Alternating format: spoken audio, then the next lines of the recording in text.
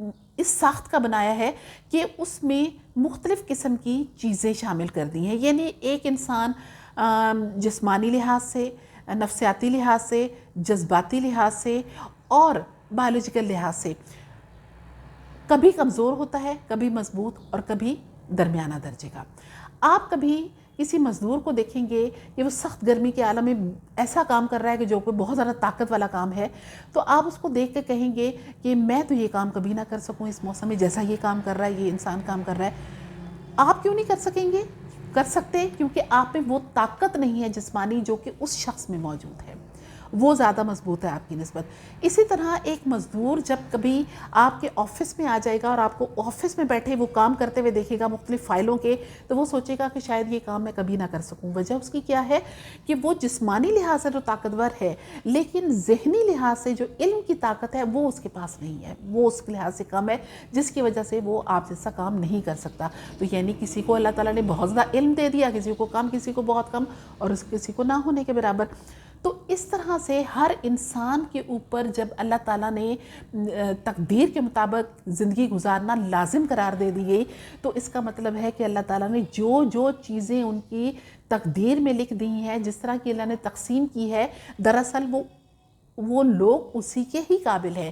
اللہ تعالیٰ جب کسی انسان کو تخلیق کرتا ہے تو اس کی ایسی ساخت بناتا ہے کہ اس کے مطابق وہ زندگی گزار سکے جو کچھ کہ اللہ تعالیٰ اس کی تقدیر میں لکھ دیتا ہے.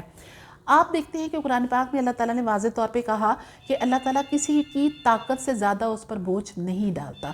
تو اس کا مطلب ہے کہ ہر انسان کو اللہ تعالیٰ اتنا ہی دیتا ہے جتنا کہ وہ سہ سکتا ہے، جتنا وہ سہار سکتا ہے. چاہے وہ پریشانیاں ہوں، چاہے وہ خوشیاں ہوں، چاہے وہ کمیاں ہوں، چاہے وہ زیادتیاں ہوں، اللہ تعالیٰ اتنا ہی دیتا ہے جتنا کہ وہ بندہ سہار سکتا ہے. اگر کوئی شخص یہ کہے کہ نہیں یہ مجھ پر زیادہ تکلیفیں آ گئی، میں تو اس کو برداشت نہیں کر سکتی یا کر سکتا، تو یہ بات اس کی غلط ہے، کیونکہ اللہ تعالیٰ نے اس کی ساخت ہی ایسی بنائی ہے کہ وہ تکلیفیں، وہ پریشانیاں برداشت کر سکتا ہے.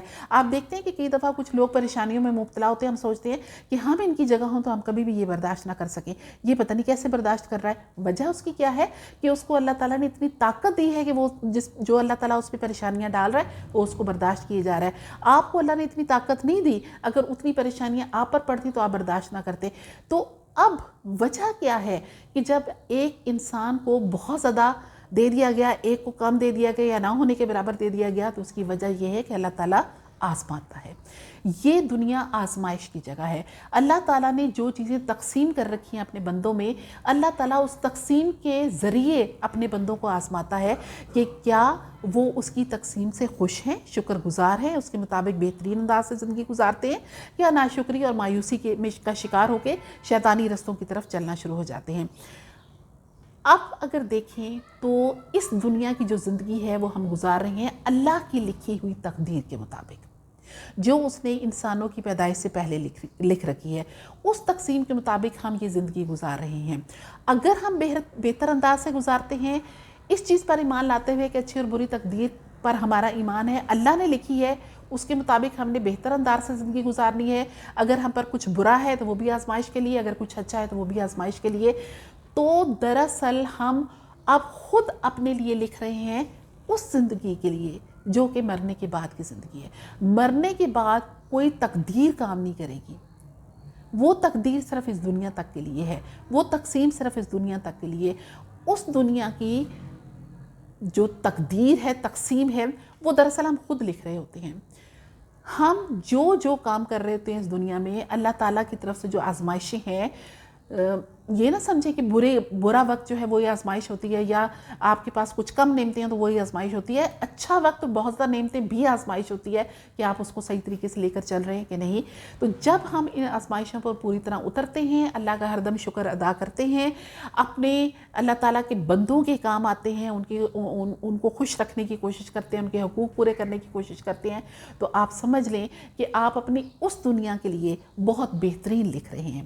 یہاں کی زندگی اللہ تعالیٰ نے لکھی ہے، لیکن آخرت کی زندگی جو ہے اس کا اختیار اللہ تعالیٰ نے ہمیں دیا ہے کہ ہم لکھیں.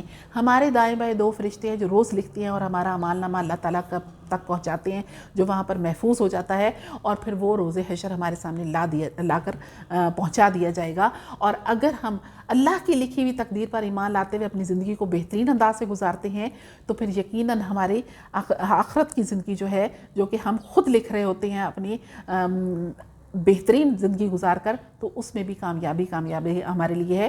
اور اگر ہم اللہ تعالیٰ کی آزمائش پر پورا نہیں اتر رہے اور روتے دھوتے مایوسی اور حسد، کینہ، بغض اور ضد بازی میں زندگی گزار رہے ہیں، تو اس کا مطلب یہ کہ ہم اس دنیا کی زندگی کو جو لکھ رہے ہیں وہ اپنے لیے نیگیٹیوٹی لکھ رہے ہیں، جو کہ اعمال نامہ جب ہمارے الٹے ہاتھ میں پکڑا دیا جائے گا تو ایسے لوگوں کے چہرے سیاہ پڑ جائیں گے، اور جب ہمارے سیدھے ہاتھ میں پکڑا دیا جائے گا تو چہرے پر نور ہو جائیں گے، کیونکہ یہ اس دنیا کی تقدیر کے مطابق بہترین انداز سے چلتے ہوئے ہم نے اس دنیا کا کام جو ہے وہ بہترین کر لیا، جو کہ ہمیں لکھا ہوا ہمارے ہاتھ میں ہمیں مل جائے گا. تو امید ہے میری اس بات کے بعد آپ یقیناً اچھی اور بری تقدیر پر ایمان لاتے ہوئے جو کچھ اللہ نے آپ کو دیا ہے اس کو آزمائش سمجھتے ہوئے بہترین انداز سے اپنی زندگی کا وقت گزاریں گے. اور کیونکہ ہمارا روز آخرت پر ایمان ہے تو اس روز آخرت کے لیے ہم خود بہترین انداز سے اپنا پرچہ سالو کریں گے تاکہ ہمارے نمبر ادھر زیادہ آئیں. امید ہے میری باتوں پہ آپ یقیناً ضرور عمل کریں گے اور اس کو اپنی زندگی کا لاہے عمل بنائیں گے. اور قرآن پاک کو آپ ضرور پڑھتے رہیے، ترجمے کے ساتھ پڑھیے تاکہ آپ کی زندگی بہتر سے بہترین ہو جائے. مجھے اجازت دیجیے. اللہ حافظ.